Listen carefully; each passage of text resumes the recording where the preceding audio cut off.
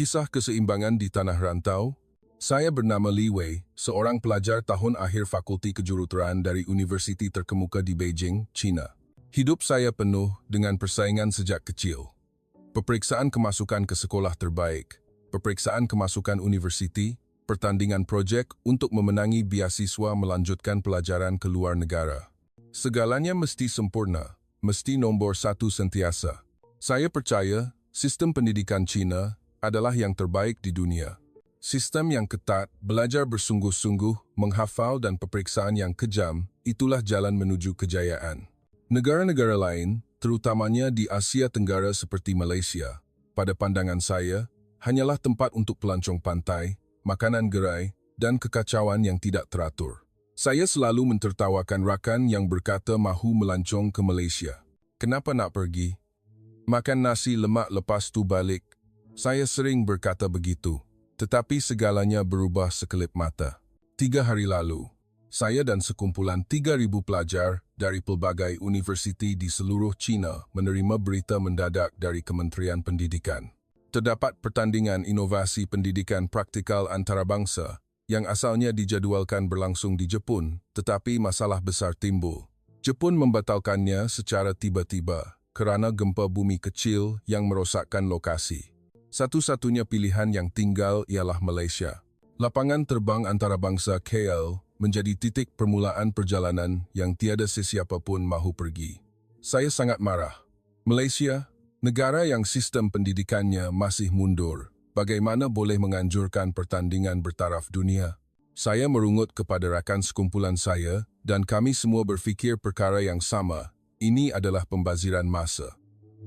Tetapi arahan daripada kerajaan jelas, mesti pergi, mesti menang demi nama baik China. Pesawat mendarat di-clear lewat malam. Saya memandang keluar tingkap, melihat lampu-lampu Kuala Lumpur yang berkelipan. Ia kelihatan sibuk, kotor, dan penuh dengan kesesakan lalu lintas dari berita yang pernah saya lihat. Saya menghela nafas panjang. Apabila pintu pesawat terbuka, bau udara lembap dan panas menerpa masuk bersama suara orang ramai yang riuh rendah. Saya rasa seperti jatuh ke neraka. Pegawai lapangan terbang menyambut dengan senyuman, tetapi dalam hati saya berfikir, kenapa senyum? Senyuman akan menyelesaikan masalah ke? Kami dibawa ke ruang istirahat khas kerana kami adalah delegasi yang besar. Seorang pegawai fasih berbahasa Mandarin dengan lohat Beijing yang tulen berkata, "Selamat datang ke Malaysia, tuan-tuan dan puan-puan. Kami akan menjaga semua dengan sebaik mungkin." Saya sedikit terkejut, tetapi saya fikir dia pasti dilatih hanya untuk pelancong Cina. Bukan hal besar. Sambil menunggu pemeriksaan imigresen, saya melihat sekeliling. Lapangan terbang ini memang besar, tetapi papan tanda arahnya bercelaru, penuh dengan bahasa Melayu, dan bahasa Inggris pun tidak jelas. Saya merungut kepada rakan di sebelah saya, "Sialan, tengoklah.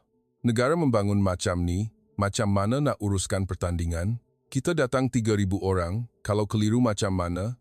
Sialan mengangguk. "Ya, Jepun pasti lebih baik. Sistem teratur dan moden." Kami melepasi pemeriksaan dengan cepat. Pegawai mengimbas pasport dengan mesin automatik.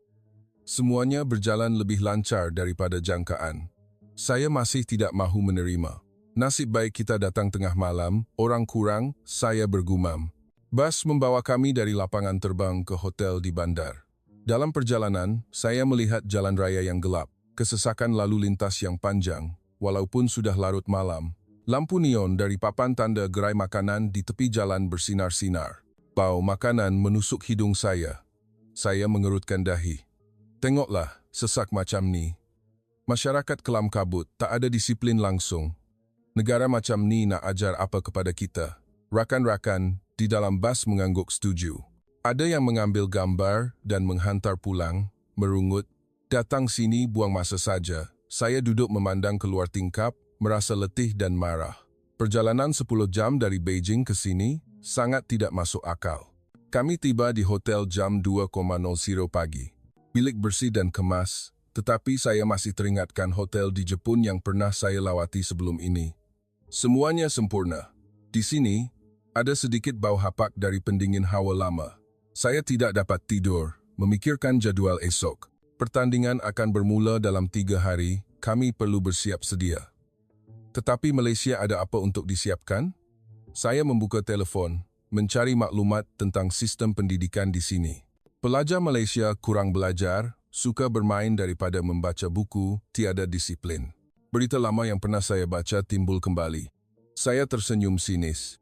Ya, datang sini memang akan kalah, tapi kita akan menang juga. Keesokan paginya, saya bangun jam 5 pagi mengikut kebiasaan belajar keras. Bas membawa kami ke lokasi pertandingan, sebuah universiti terkenal di Kuala Lumpur, bernama Universiti Teknologi Harmoni. Dalam perjalanan, kesesakan lalu lintas teruk. Motosikal menyelit di antara kereta, hon dibunyikan dengan kuat. Saya marah. Tengoklah, tak ada peraturan lalu lintas langsung. Masyarakat macam ni, macam mana nak maju? Sialan ketawa. Ya, di China kita ada kamera di mana-mana. Salah sikit, kena denda terus. Di sini agaknya terlalu santai. Kami ketawa, tetapi dalam hati saya merasa lebih unggul. Negara kami tentu lebih baik. Apabila bas membelok masuk ke pintu gerbang universiti, saya terpana. Bangunan tinggi moden bercampur dengan seni bina Melayu tradisional. Bumbung melengkung seperti reka bentuk Minangkabau, tetapi di dalamnya penuh dengan skrin sentuh dan robot penyambut tetamu. Selamat datang delegasi dari China, robot itu bercakap Mandarin. Saya mengerutkan dahi. Teknologi setinggi ini, di Malaysia, tetapi saya masih tidak mahu menerima. Pasti diimport dari China, fikir saya. Kami masuk ke Dewan Besar. Tuan rumah menyambut dengan senyuman dan angguk hormat ala Malaysia. Pengarah universiti berucap menyambut kami. Kami gembira semua telah tiba.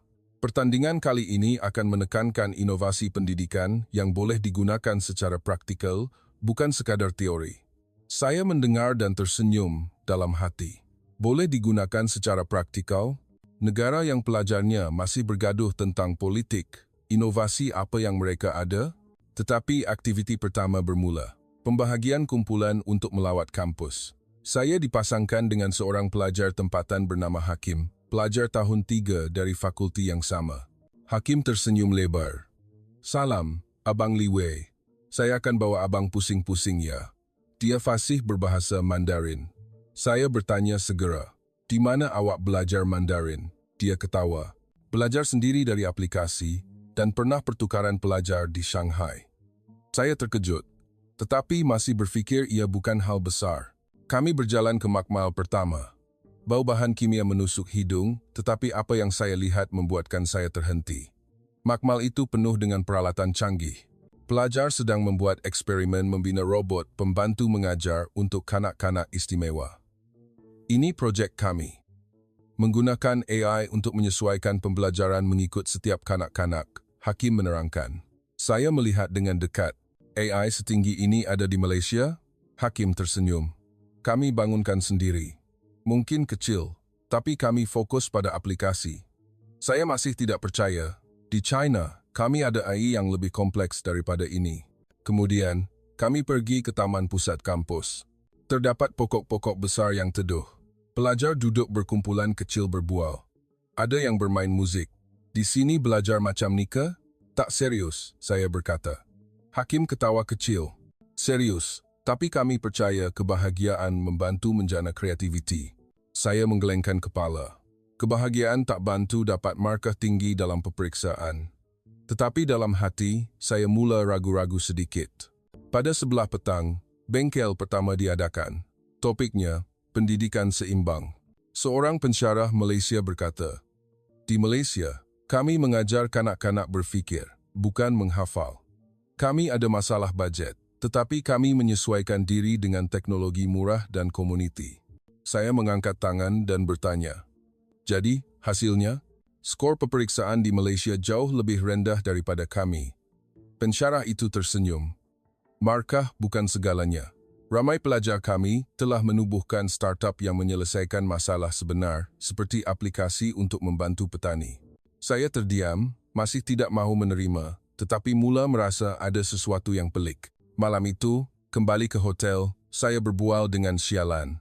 Hari ini pelik, tapi bagaimanapun, kita masih lebih unggul. Dia mengangguk, tetapi saya tidak dapat tidur, memikirkan kata-kata Hakim. Kebahagiaan membantu menjana kreativiti. Bagaimana mungkin, keesokan harinya, aktiviti menjadi lebih intensif. Kami dibahagikan kepada kumpulan untuk membuat projek sebenar. Kumpulan, saya perlu mereka bentuk sistem pembelajaran dalam talian untuk kawasan pedalaman. Saya mencadangkan idea dari China sistem besar yang menggunakan pelayan gergasi. Hakim dalam kumpulan itu menggelengkan kepala. Terlalu mahal, abang. Cuba guna teknologi tempatan. Dia menunjukkan aplikasi yang dibangunkan daripada telefon bimbit lama yang murah tetapi mudah diakses. Saya ketawa. Macam ni tak boleh pakai, tak stabil. Tetapi apabila diuji, ia berfungsi lebih baik daripada yang saya sangka. Semasa rehat, saya melihat pelajar Malaysia bekerjasama menyelesaikan masalah pencetak 3D rosak. Tiada juru teknik datang membaiki. Mereka membuka dan memasangnya sendiri, menggunakan bahagian kitar semula. Di China, kami akan pesan yang baru, saya berkata. Hakim tersenyum. Di sini, kami membaiki sendiri, belajar sambil buat. Saya mula berasa jengkel. Kenapa semua di sini kelihatan mudah? Tetapi boleh digunakan. Malam itu, ada majlis sambutan. Makanan Malaysia pedas, bau rempah ratus menusuk. Muzik Melayu perlahan dimainkan. Ramai pelajar Cina merungut, pedas sangat. Tetapi saya mencuba dan merasa segar. Pilak. Berbual dengan hakim membuatkan saya tahu dia pernah gagal dalam peperiksaan beberapa kali, tetapi tidak menyerah. Kegagalan mengajar kita, katanya. Saya teringat diri saya yang takut gagal sehingga tertekan sepanjang masa. Hari terakhir lawatan, kami melawat sekolah di luar bandar. Naik bas 2 jam, sesak lagi, saya merungut. Buang masa. Tetapi apabila tiba, sekolah itu kecil tetapi penuh dengan kanak-kanak yang tersenyum riang. Mereka menggunakan tablet murah, belajar melalui aplikasi yang dibangunkan sendiri. Mungkin sedikit, tetapi menyeluruh, kata guru. Saya melihat kanak-kanak membina robot daripada botol plastik. Ini kependidikan? Saya bertanya. Guru itu tersenyum. Ya, pendidikan yang menyeronokkan dan menyelesaikan masalah sebenar. Kembali ke Kuala Lumpur, saya senyap sepanjang jalan. Saya mula meragui diri sendiri. Adakah sistem Cina benar-benar baik yang menyebabkan kami tertekan sehingga burn out? Tetapi di sini, kanak-kanak kelihatan gembira dan kreatif. Pertandingan bermula dengan serius. Topiknya, inovasi pendidikan untuk masa depan. Kumpulan Cina kami yakin. Tetapi kumpulan Malaysia mencadangkan idea yang ringkas tetapi praktikal, seperti sistem pembelajaran komuniti bercampur AI. Saya mula melihat kelemahan dalam idea saya sendiri. Keesokan harinya, pertandingan bermula secara rasmi. Dewan Besar di Universiti penuh dengan pelajar dari 10 negara, tetapi delegasi dari China seramai 3,000 orang menjadikan suasana sangat meriah. Suara perbualan Mandarin bergema. Bau kopi dari mesin automatik bercampur dengan bau daun pandan dari kuih Melayu yang diletakkan di atas meja. Saya duduk di sebelah sialan, melihat sekeliling. Kumpulan Malaysia kelihatan santai, ada yang tersenyum berbual, ada yang mencatat nota di tablet. Tengoklah, tak serius langsung, saya berbisik. Sialan mengangguk. Ya, kita mesti menang. Pengadil mengumumkan peraturan. Setiap kumpulan ada 40 minit untuk membentangkan idea, kemudian menjawab soalan. Projek mesti menyelesaikan masalah pendidikan sebenar dan boleh dilaksanakan dengan bajet yang terhad. Saya tersenyum dalam hati. Bajet terhad? Di China, kami ada bajet besar dari kerajaan. Kumpulan kami pasti menang. Kumpulan pertama dari Jepun membentangkan sistem VR untuk belajar sejarah. Gambar cantik, moden. Semua bertepuk tangan. Saya fikir, bagus, tapi terlalu mahal. Kemudian tiba giliran kumpulan Malaysia. Hakim naik ke pentas bersama 4 ahli pasukan. Mereka memakai kemeja teh bercorak wow layang-layang, tersenyum lebar. Kami mencadangkan pembelajaran komuniti.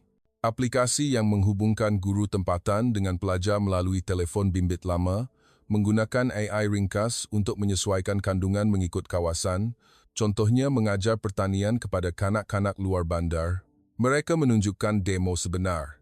Kanak-kanak dalam klip video tersenyum, belajar membuat baja daripada sisa makanan. Saya mengerutkan dahi.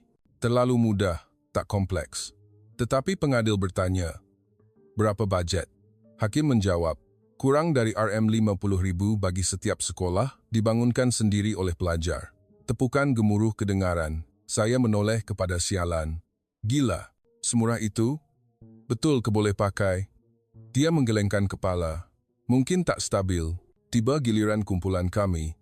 Saya naik ke pentas dengan yakin. Sistem pembelajaran pintar masa depan China. Menggunakan big data dari peperiksaan seluruh negara, menyesuaikan kurikulum untuk setiap individu secara real time. Ada server pusat yang menghubungkan setiap sekolah. Saya menunjukkan slide grafik yang cantik.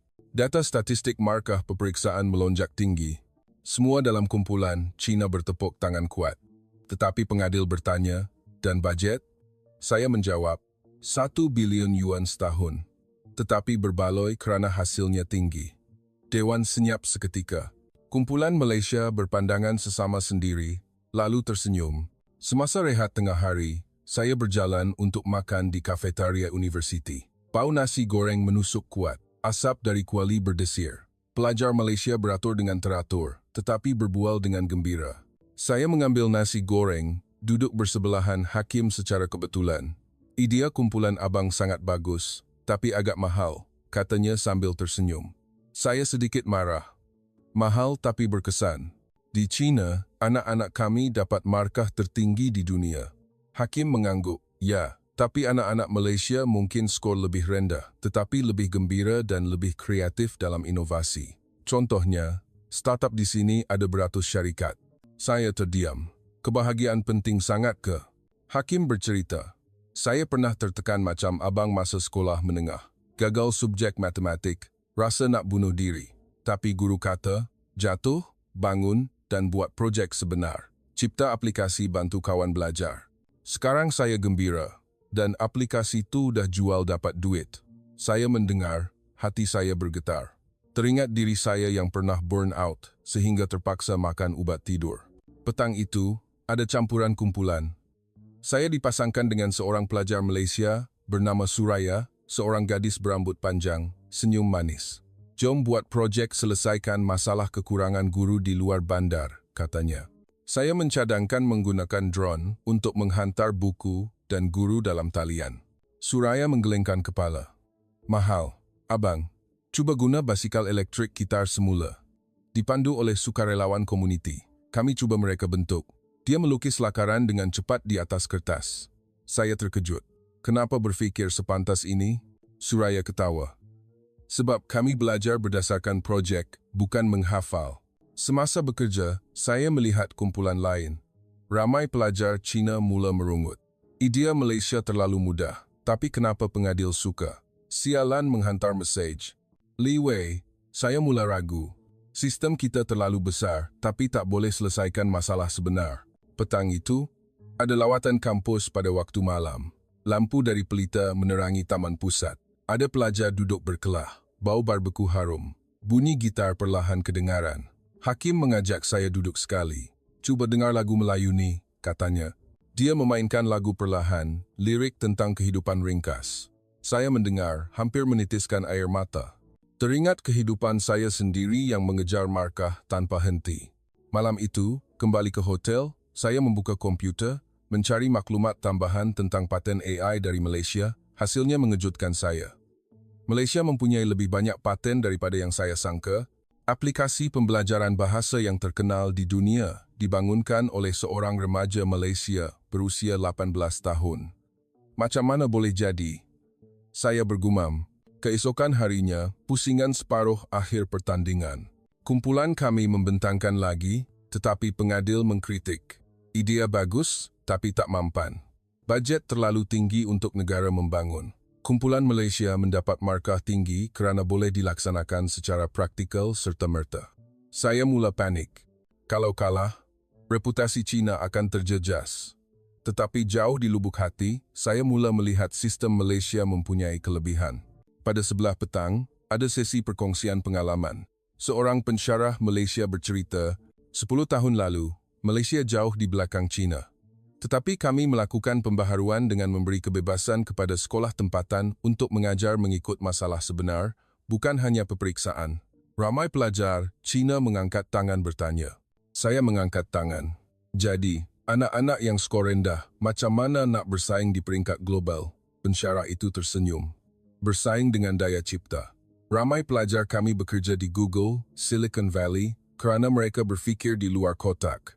Saya duduk terdiam. Gambaran kanak-kanak luar bandar membina robot daripada sampah timbul, berbanding kanak-kanak Cina yang menghafal formula matematik sehingga mati akal. Petang itu, masalah besar melanda. Server kumpulan kami ranap. Sebahagian data projek hilang kerana kami menggunakan sistem cloud dari China, tetapi isyarat di sini tidak stabil. Saya panik. Macam mana ni? Esok kena bentang. Sialan menangis.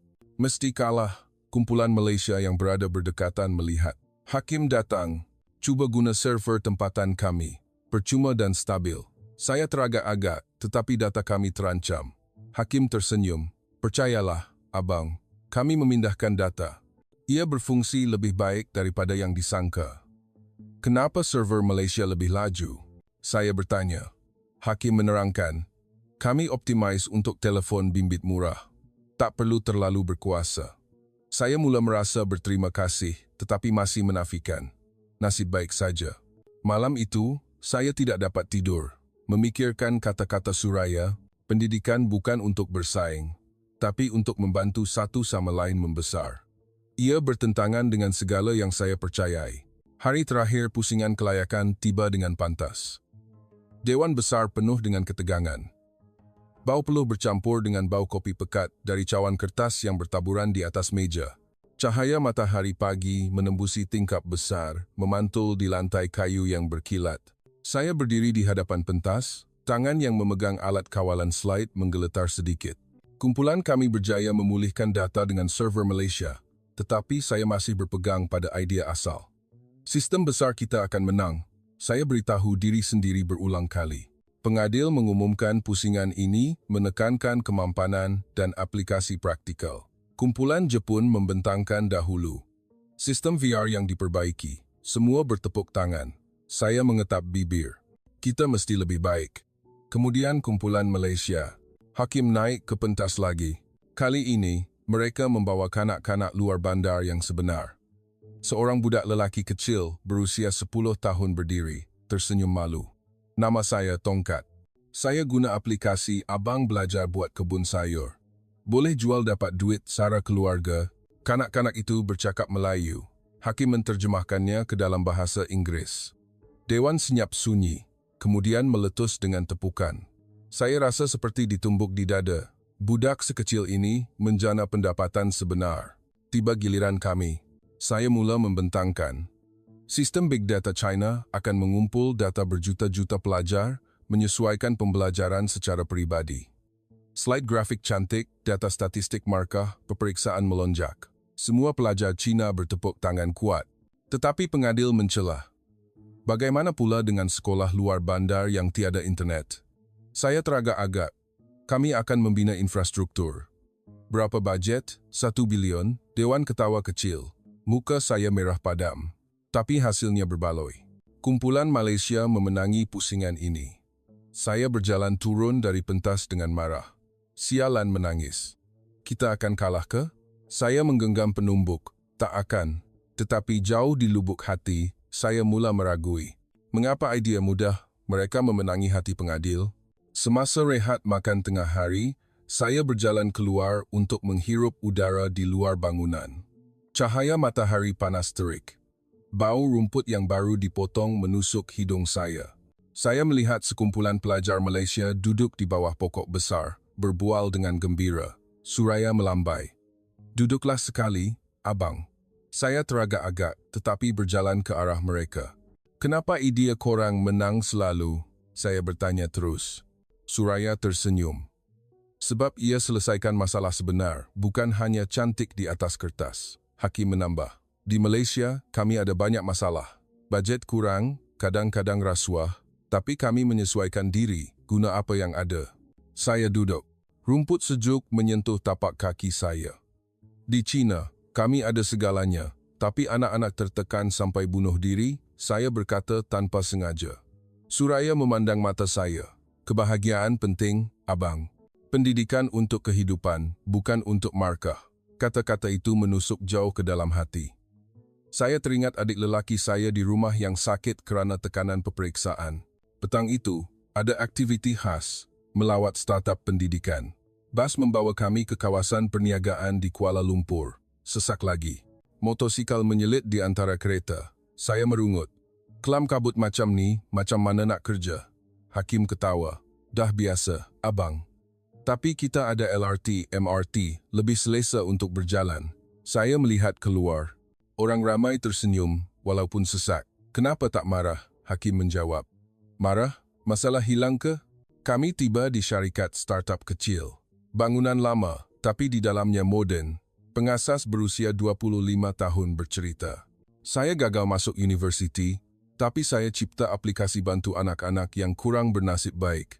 Sekarang syarikat saya ada 50 pekerja. Saya bertanya, tiada ijazah, kenapa berjaya? Dia tersenyum.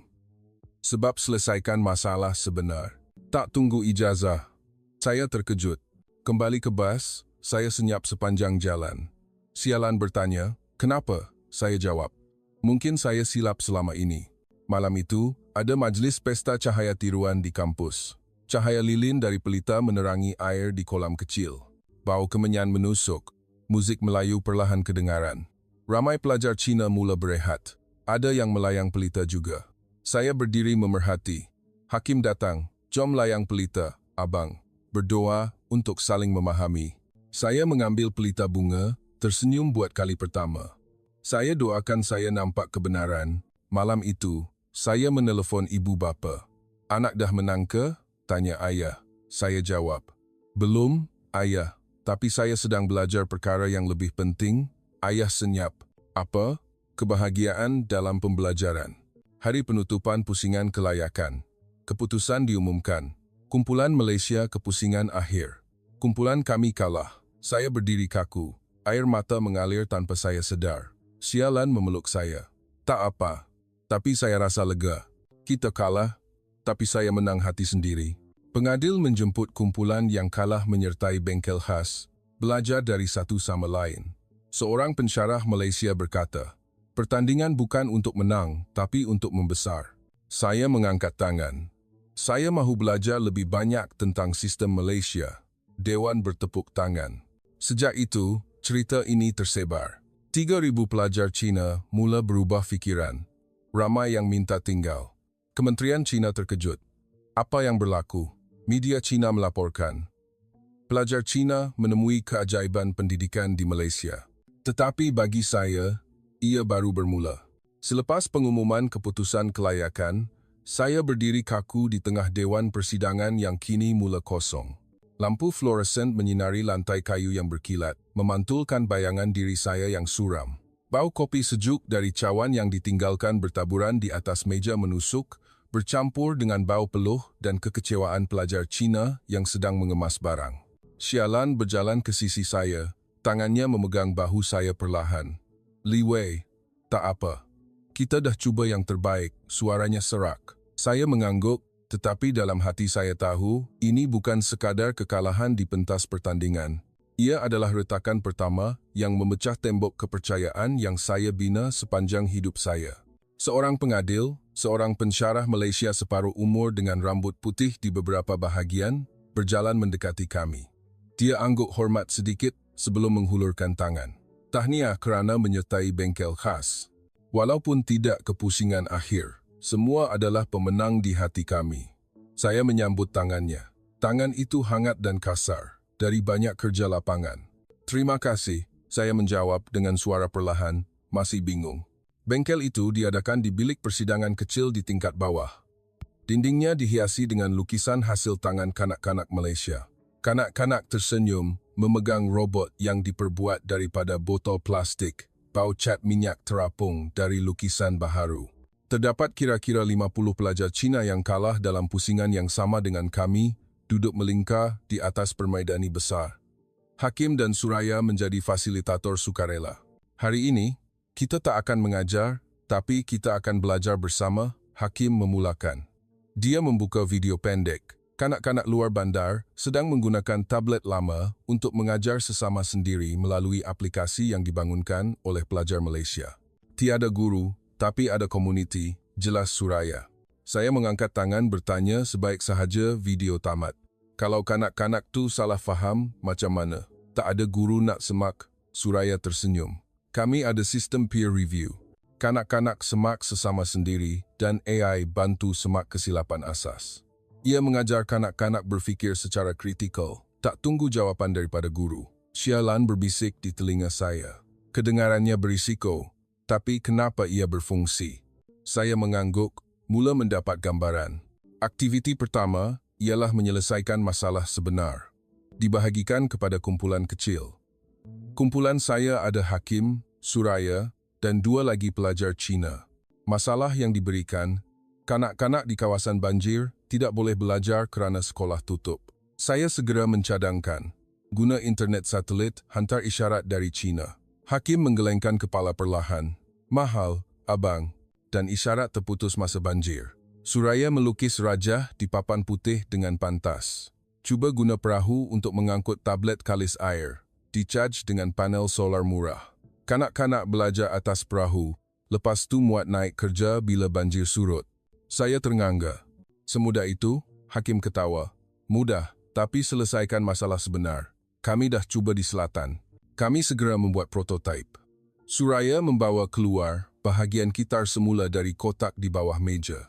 Panel solar dari mainan lama. Tablet terpakai. Saya membantu menyambung litar. Tangan saya menggeletar sedikit kerana saya tak pernah buat kerja fizikal. Di China, kami hanya menulis kod di komputer. Tetapi di sini, bau plastik terbakar dari pemateri terapung. Suara ketawa kedengaran apabila litar tersangkut. Jatuh, bangun, kata Hakim. Saya tersenyum tanpa saya sedar. 2 jam berlalu. Prototipe siap, berfungsi dengan baik. Saya mengangkatnya.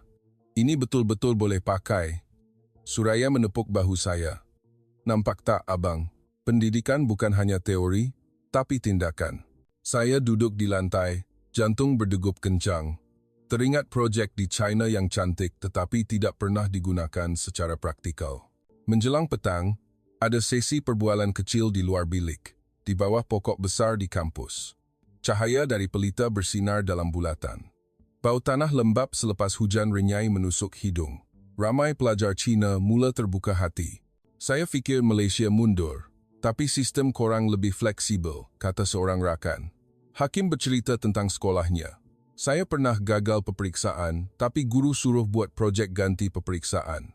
Sekarang saya pemilik startup. Saya mendengar, mata saya berkaca. Di China, kalau gagal peperiksaan, sama macam mati. Sialan menangis. Saya burnout sejak tahun 1. Rasa nak mati setiap hari. Suraya memeluknya. Di sini, kami percaya kegagalan adalah guru. Kata-kata itu menusuk hati saya. Saya menceritakan tentang adik lelaki saya. Adik saya sakit sebab tertekan peperiksaan. Semua senyap. Kemudian Hakim berkata, esok kami akan bawa abang tengok sekolah sebenar di luar bandar. Pergi lihat dengan mata sendiri. Malam itu, saya tidak dapat tidur di bilik hotel. Bunyi kereta dari jalan raya di bawah bergema. Saya membuka telefon, mencari data kadar bunuh diri pelajar Cina. Angka itu tinggi, membuatkan saya terkejut. Berbanding Malaysia yang lebih rendah, walaupun GDP lebih rendah. Saya menaip mesej dan hantar pulang. Ayah, ibu, saya nak tinggal di sini lagi. Nak belajar lebih banyak.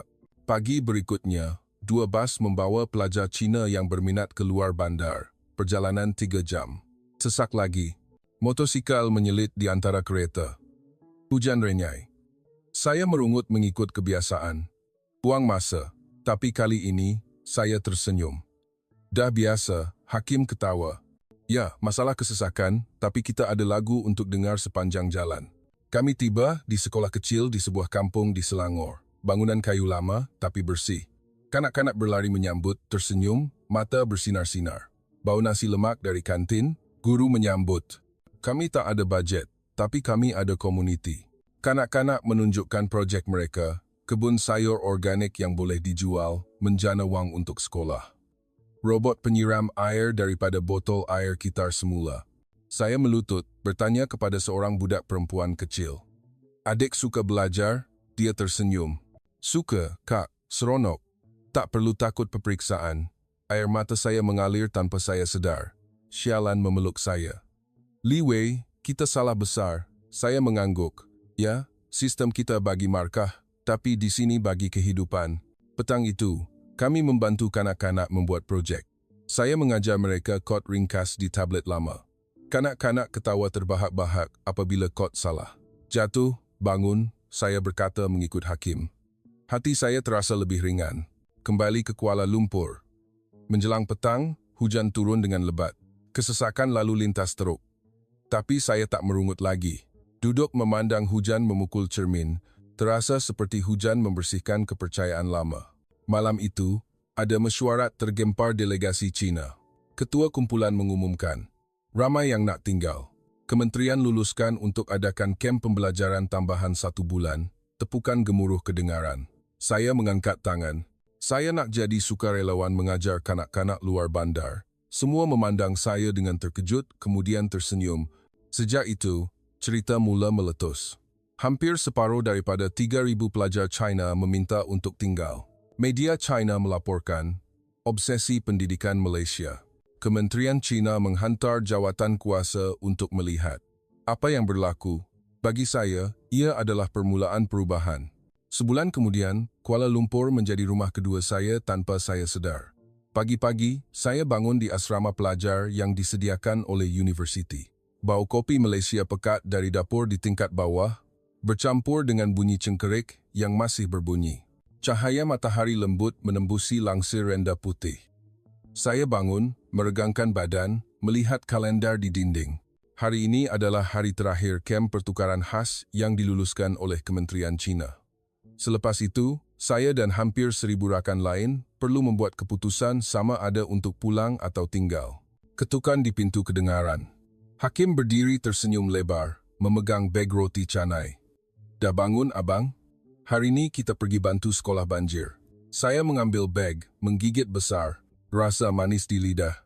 Jomlah, saya dah sedia, jawapan keluar, tanpa perlu berfikir. Bas lama membawa kami keluar dari bandar. Hujan lebat sejak malam tadi. Air bertakung di jalan-jalan kecil. Bau lumpur basah menusuk masuk ke dalam bas. Saya memandang keluar tingkap. Melihat penduduk kampung mengangkat barang ke tempat tinggi. Kanak-kanak masih tersenyum, bermain air hujan. Banjir setiap tahun, tapi kami dah biasa, kata Hakim. Saya bertanya. Habis, sekolah, dia tersenyum. Tutup sementara, tapi anak-anak masih kena belajar. Kita pergi hantar tablet kalis air dan panel solar. Kami tiba di sekolah, sementara yang didirikan di sebuah surau. Atap zinc bergema apabila dipukul hujan. Kanak-kanak duduk melingkar di atas tikar. Seorang guru wanita mengangkat tangan angguk hormat. Terima kasih datang membantu. Saya membantu mengedarkan tablet. Tangan kecil kanak-kanak memegang tangan saya erat. Abang dari China ke? Ajar saya kod sikit, katanya. Saya ketawa, duduk di lantai yang basah. Mengajar, pengatur caraan mudah untuk robot maya bergerak. Kanak-kanak ketawa terbahak-bahak apabila kod salah. Jatuh, bangun, saya berkata mengikut apa yang saya pelajari. Hati saya terasa ringan setiap saat. Lewat petang, hujan berhenti. Kami berjalan meneroka kawasan banjir. Air keruh bertakung sehingga ke buku lali. Bau lumut kuat menusuk. Hakim menunjukkan. Nampak tak abang, masalah sebenar. Kita kena selesaikan dengan apa yang kita ada. Saya menanggalkan kasut, mereda air, membantu mengangkat guni pasir untuk menghalang air. Kanak-kanak berlari, tolong-menolong. Peluh membasahi badan, tapi saya tersenyum lebih lebar daripada sebelum ini. Menjelang malam, kembali ke universiti. Saya duduk di taman pusat kampus, di bawah pokok besar. Daun gugur jatuh di bahu saya. Hakim, Suraya, dan Sialan duduk melingkar. Esok kena buat keputusan, kata Sialan, suaranya bergetar. Saya memandang langit jingga. Saya akan tinggal. Sekurang-kurangnya 1 tahun. Semua senyap, kemudian Suraya tersenyum. Selamat datang ke keluarga. Malam itu, ada mesyuarat besar di Dewan. Ribuan pelajar Cina mengangkat tangan, meminta untuk tinggal. Ketua delegasi dari Cina Pucat, Kementerian suruh balik. Tetapi suara bantahan kedengaran. Kami nak belajar. Saya bangun. Sistem Malaysia tak sempurna. Ada kesesakan, ada banjir, ada bajet kurang. Tapi mereka ada hati, ada kefleksibelan, dan ada kebahagiaan yang menjana kreativiti. Saya minta untuk tinggal, untuk membawa perkara ini kembali ke China. Dewan meletus dengan tepukan. Ketua delegasi menghela nafas. Baiklah, tapi mesti laporkan hasil setiap bulan. Saya tersenyum. Boleh. Minggu berikutnya, saya berpindah untuk tinggal di rumah angkat di komuniti berhampiran universiti. Rumah kayu tinggi. Bau pulut harum dari dapur Mak Cik pemilik rumah. Dia tersenyum angguk hormat. Jom makan sekali, nak. Hidangan pertama. Pulut kuning dengan rendang yang pedas sehingga mengalirkan air mata. Tapi saya habiskan sepinggan. Sedap, Mak Cik. Mak Cik menepuk belakang saya. Bagus, nak, kena kuat. Hari pertama semester baharu, saya mendaftar kursus inovasi pendidikan komuniti. Pensyarah memberikan projek sebenar. Mereka bentuk sistem untuk membantu anak-anak Cina yang burnout. Saya terkejut. Saya sendiri pernah burnout. Saya bercerita di kelas. Semua mendengar dengan senyap. Kemudian seorang pelajar Malaysia mengangkat tangan. Cuba campurkan mindfulness dengan permainan, abang. Kami segera memulakan. Saya menulis kod. Pelajar Malaysia melukis grafik. Bau krayon terapung di makmal. 2 bulan berlalu. Projek siap, aplikasi Breathe and Build. Permainan yang mengajar pernafasan santai bercampur membina robot maya. Saya hantar balik ke China untuk diuji di sekolah. Maklum balas luar biasa. Kanak-kanak kurang tertekan, lebih kreatif. Kementerian China terkejut, menghantar satu lagi jawatan kuasa untuk melihat. Tetapi krisis melanda. Suatu malam, saya menerima panggilan mendadak dari Beijing. Li Wei, balik segera. Ada masalah besar. Suara ayah bergetar. Adik kamu cuba bunuh diri sebab gagal peperiksaan. Badan saya kaku. Telefon jatuh, menghentam lantai dengan kuat. Bau bubur nasi sejuk dari pinggan yang belum dibasuh terapung. Saya menangis buat kali pertama dalam beberapa bulan. Keesokan paginya, saya berlari mencari hakim. Tolong saya, adik saya nak mati sebab sistem yang saya pernah percaya. Hakim memeluk bahu saya. Kita tolong sama-sama. Kami mengadakan mesyuarat tergempar dengan pasukan. Menggunakan aplikasi yang dibangunkan, kami membuat panggilan video kepada adik saya di hospital di Beijing. Abang ada di Malaysia, tapi abang hantar permainan ni. Cuba tarik nafas ikut irama, lepas tu bina robot dalam permainan. Adik saya memandang skrin. Mata merah. Abang, ia seronok, dia tersenyum buat kali pertama dalam setahun. Tetapi masalah lebih besar. Kementerian China mengarahkan projek dihentikan. Melanggar dasar peperiksaan. Media China menyerang. Pelajar China dicuci otak oleh Malaysia. Saya dipanggil balik ke negara serta-merta.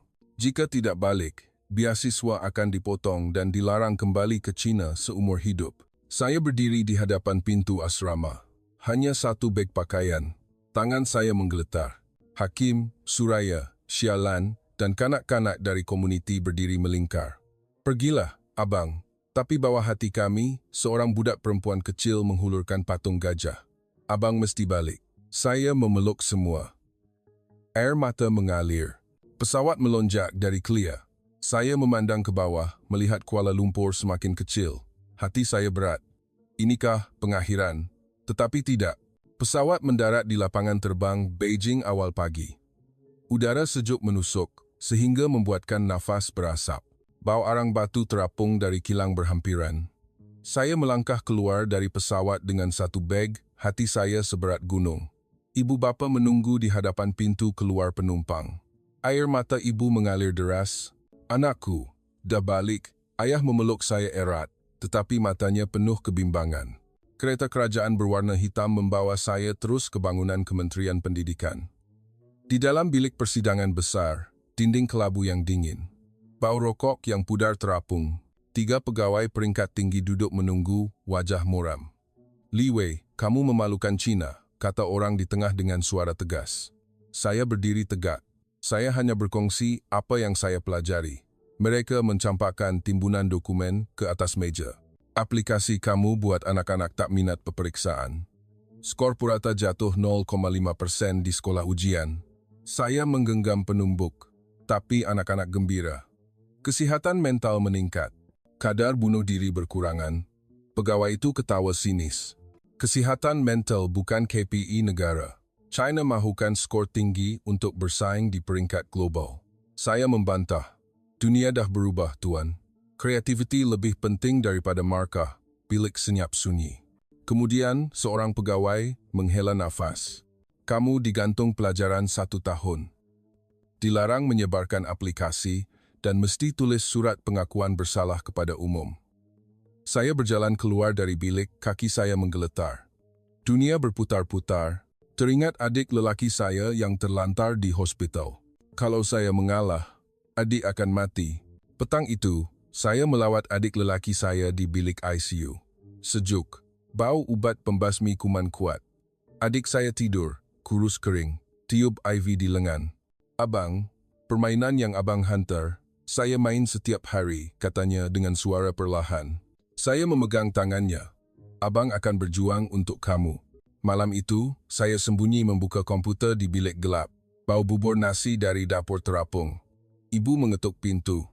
Makanlah, nak. Saya menutup komputer. Sekejap, Bu. Tetapi hati saya sudah membuat keputusan. Saya memuat naik versi baharu aplikasi ke server rahsia yang dibangunkan dengan pasukan Malaysia bernama Balance Mind. Menambah ciri mindfulness dari ajaran Melayu bercampur permainan membina robot. Keesokan paginya, berita meletus. Aplikasi rahsia dari Malaysia tersebar di China. Puluhan ribu kanak-kanak memuat turun. Media kerajaan menyerang, mencuci otak belia. Tetapi komen di media sosial melimpah ruah. Anak saya boleh senyum lagi. Terima kasih Abang China di Malaysia. Kementerian mengarahkan server ditutup, tetapi pasukan Malaysia membantu memindahkannya ke cloud yang disulitkan. Saya dipanggil untuk disoal siasat sekali lagi. Kamu melanggar, teriak pegawai itu. Saya berdiri kaku. Saya buat untuk anak-anak Cina. Kemudian membaling telepon ke atas meja. Menunjukkan video dari adik saya. Abang, saya dah sihat. Sebab permainan abang. Pegawai itu senyap. Krisis mencapai kemuncak. Kementerian mengancam untuk menangkap saya, tetapi belia China bangkit. Kempen Balance for China tersebar. Kanak-kanak membuat video. Kami nak gembira macam anak-anak Malaysia. Jutaan ibu bapa menandatangani petisen. Saya dikurung di rumah, tetapi secara rahsia mengadakan mesyuarat dalam talian dengan pasukan Malaysia setiap malam. Skrin bersinar dalam kegelapan.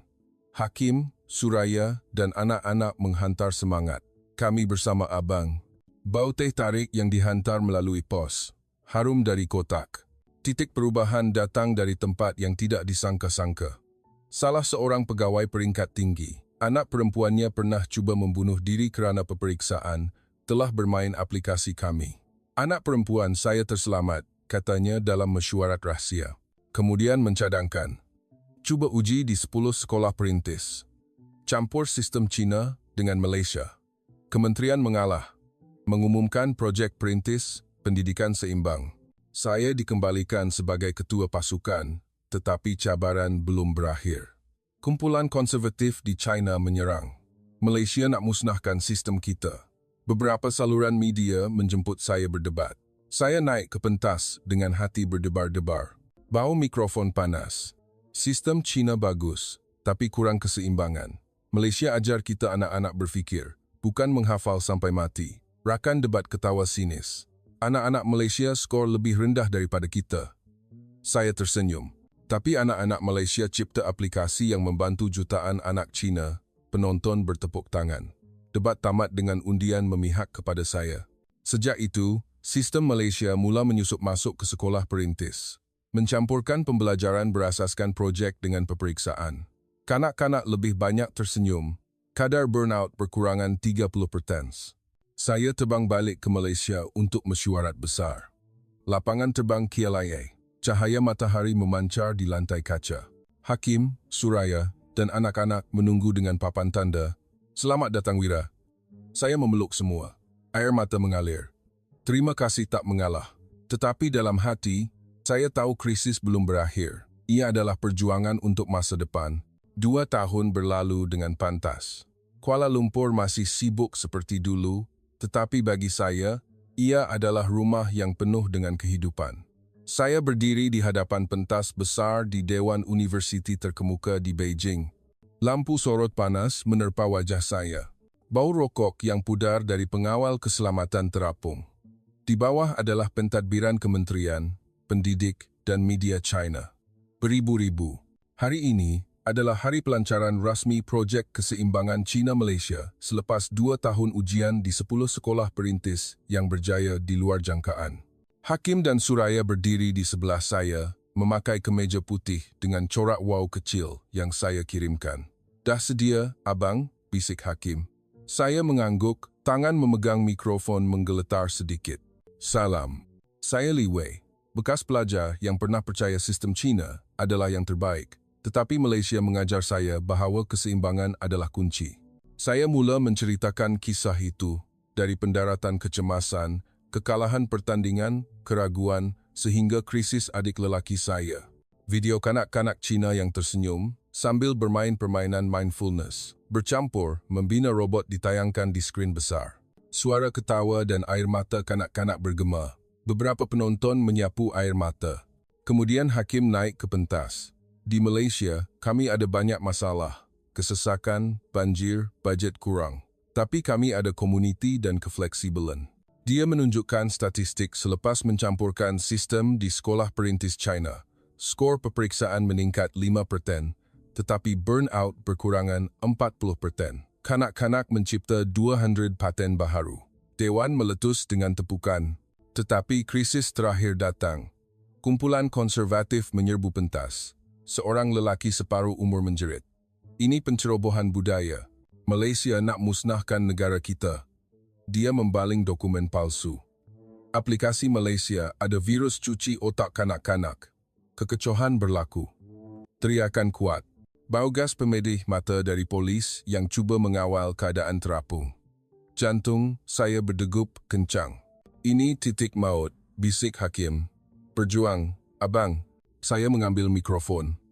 Semua, dengar saya. Saya orang Cina. Saya cinta negara saya. Tetapi negara yang kuat adalah negara yang menyesuaikan diri, bukan menutup diri.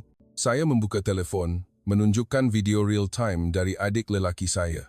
Abang, saya dapat nombor 1 dalam peperiksaan. Tapi yang lebih penting, saya gembira. Kanak-kanak dari sekolah perintis menghantar video secara langsung. Terima kasih, Abang Malaysia yang ajar kami berfikir. Bilik senyap sunyi, kemudian meletus dengan tepukan yang panjang. Kumpulan penunjuk perasaan dibawa keluar. Ketua Kementerian bangun, projek ini akan diperluaskan ke seluruh negara. Krisis berakhir dengan kemenangan. Sistem Malaysia menjadi sebahagian daripada China. Sekolah mencampurkan projek dengan peperiksaan. Anak-anak Cina lebih banyak tersenyum. Startup tumbuh seperti cendawan. Malam itu, saya, Suraya, Hakim, dan Sialan yang telah berpindah untuk tinggal di Malaysia secara tetap, duduk di bawah pokok besar di kampus Kuala Lumpur. Cahaya bulan bersinar. Bau bunga melati dari kalungan bunga terapung. Kita berjaya, kata saya. Hakim tersenyum. Bukan kita, tapi hati anak-anak. Tahun ke-4 selepas pendaratan kecemasan itu, saya berdiri di atas pentas TED di Kuala Lumpur.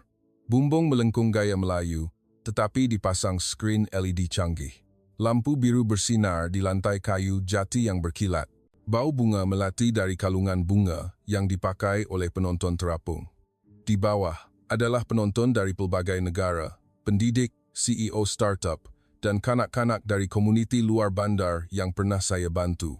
Hari ini, topiknya, pendidikan sebenar. Bukan markah, tapi kehidupan. Saya menarik nafas dalam-dalam.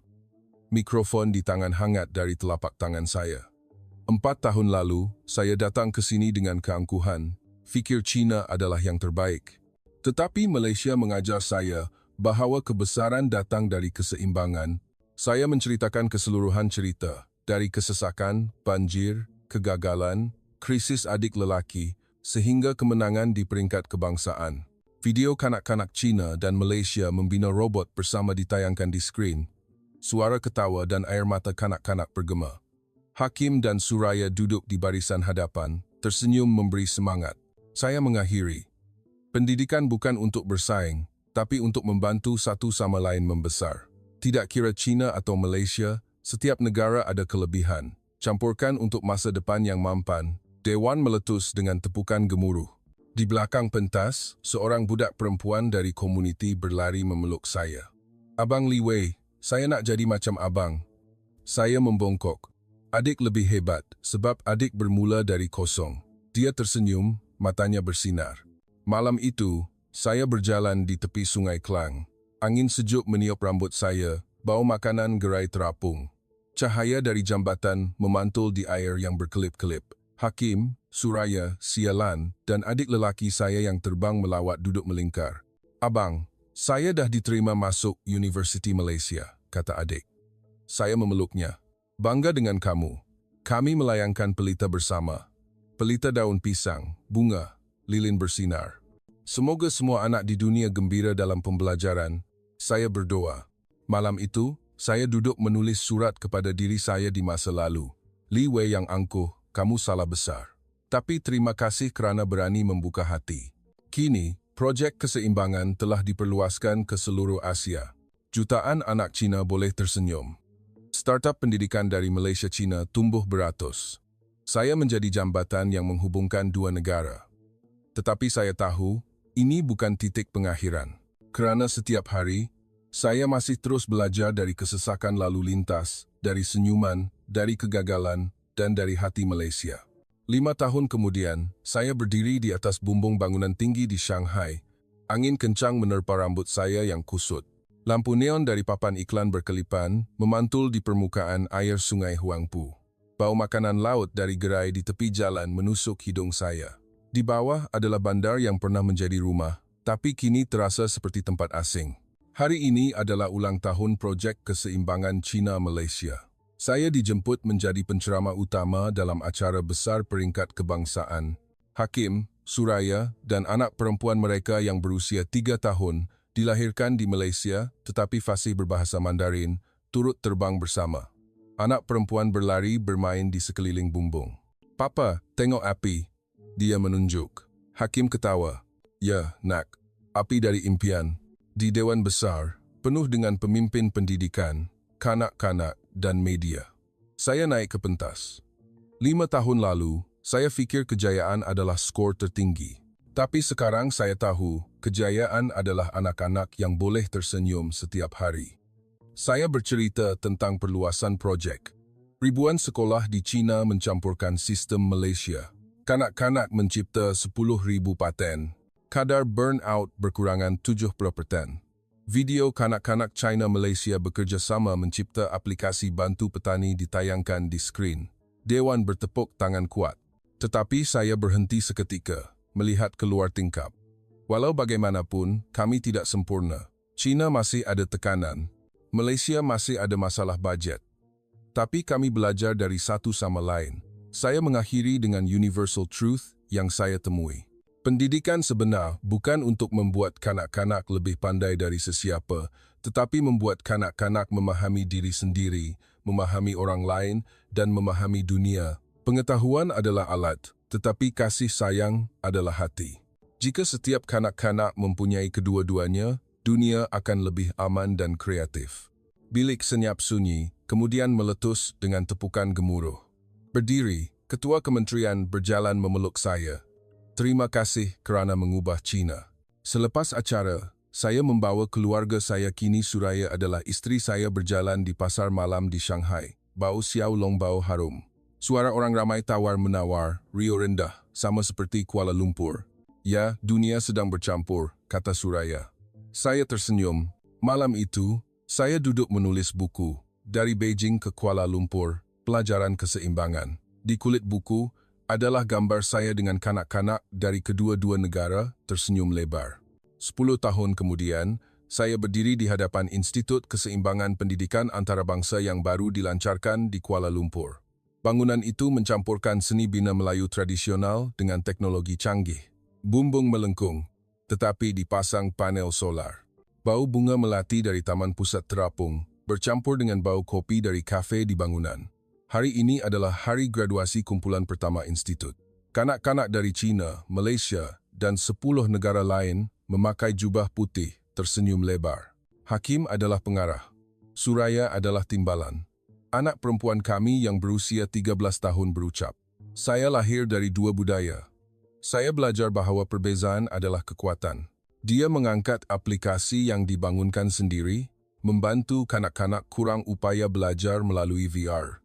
Dewan bertepuk tangan kuat. Saya naik ke pentas buat kali terakhir. Saya pernah menjadi anak Cina yang angkuh, tetapi Malaysia mengajar saya untuk merendah diri. Mengajar saya bahawa kebesaran bukan untuk mengalahkan, tetapi untuk mengangkat satu sama lain. Saya memandang kanak-kanak, kalian adalah masa depan. Gunakan pengetahuan untuk berbuat baik. Cipta dunia di mana setiap anak tersenyum. Selepas upacara, saya berjalan dengan adik lelaki saya kini seorang guru di Beijing di tepi taman.